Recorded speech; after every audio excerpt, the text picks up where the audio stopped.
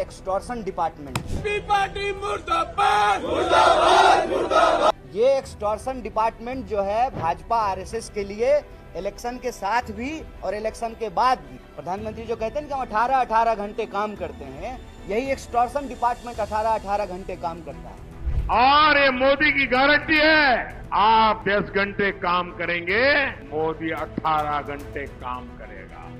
जो सवाल आज कांग्रेस पार्टी के लिए उठाए जा रहे हैं, वही सवाल आरएसएस और बीजेपी के लिए क्यों नहीं पूछे जा रहे हैं कि आप हर शहर में जो दफ्तर बनाए हैं, कहां से बनाए हैं? आरएसएस तो रजिस्टर्ड ऑर्गेनाइजेशन भी नहीं है। नेशनल हेराल्ड आजादी के वक्त में पंडित जवाहरलाल नेहरू और अन्य स्वतंत्रता सेनानियों के द्वारा स्थापित किया गया 3 अखबार चलाए गए। अंग्रेजी में नेशनल हेराल्ड, हिंदी में एक अखबार और उर्दू में एक अखबार। और वो अखबार जब चलाई जा रही थी, और ये बहुत आइकॉनिक बात है, इसको याद रखिए, 1942 के भारत छोड़ो आंदोलन में अंग्रेजों ने इस अखबार को प्रतिबंधित किया। जब अंग्रेज से नहीं डरे, आजादी के आंदोलन के दौरान, आजादी के पहले, जब आजादी को प्राप्त करने के लिए, आजादी को लाने के लिए संघर्ष हो रहा था, तो आज जो है अंग्रेजों के जासूसों से डरेंगे।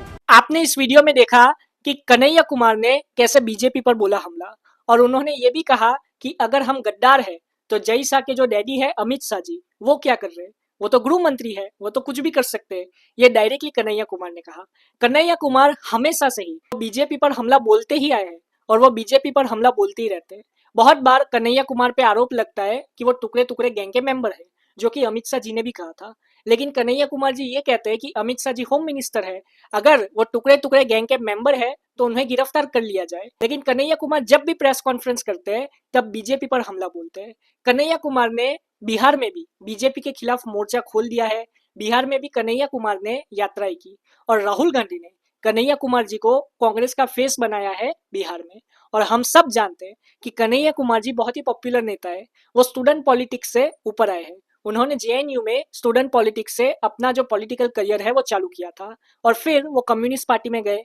आज वो कांग्रेस पार्टी में है, और कांग्रेस पार्टी में भी उनके तेवर नहीं बदले। लेकिन उसके बाद जो संबित पात्रा ने प्रेस कॉन्फ्रेंस करके जवाब दिया, वो भी आपको सुनना चाहिए। जय हिंद। राहुल जी अमेरिका में जाके इलेक्शन कमीशन को कॉम्प्रोमाइज्ड बताते हैं। वो कहते हैं कि महाराष्ट्र के चुनाव में जिस प्रकार का मतदान हुआ वो एक तरह से फर्जीवाड़ा था। महाराष्ट्र में भारतीय जनता पार्टी को और उनके अलाइज को जीतना नहीं था, और कहीं ना कहीं इलेक्शन कमीशन ने हमारे साथ समझौता किया।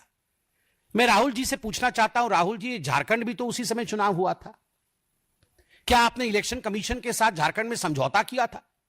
आप एक बार सोरेन जी से पूछिए, क्या उन्होंने समझौता किया था इलेक्शन कमीशन से? प्रियंका वाड्रा उसी चुनाव में जो बाई इलेक्शन हुए थे, उसी समय, उसी कालखंड में जो बाई इलेक्शन हुए थे, उस बाई इलेक्शन में वो जीत के सदन में आई, पैलेस्टाइन का बैग टांग करके।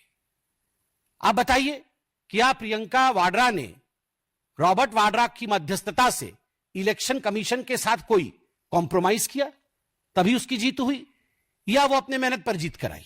नेशनल हेराल्ड का केस चोरी का केस नहीं है, डकैती का केस है। 5,000 करोड़ की प्रॉपर्टी का मात्र 50 लाख रुपए देकर और 440 करोड़ रुपए का इनकम टैक्स गबन करके उसे चोरी और भ्रष्टाचारी नहीं कहते हैं, वो डकैती होती है। मां बेटे ने डकैती की है, और डकैती करने के बाद इनकी इतनी हिम्मत है कि विदेश की भूमि में जाकर आप हिंदुस्तान के लोकतंत्र के ऊपर उंगली उठाते हैं। राहुल गांधी, आपसे नहीं हो पाएगा हिंदुस्तान में राजनीति, तो जाकर के किसी और देश से चुनाव लड़िए, मगर जिस थाली में खाते हैं, अगर उस थाली में आप छेद करेंगे तो आप देशद्रोही कहलाएंगे।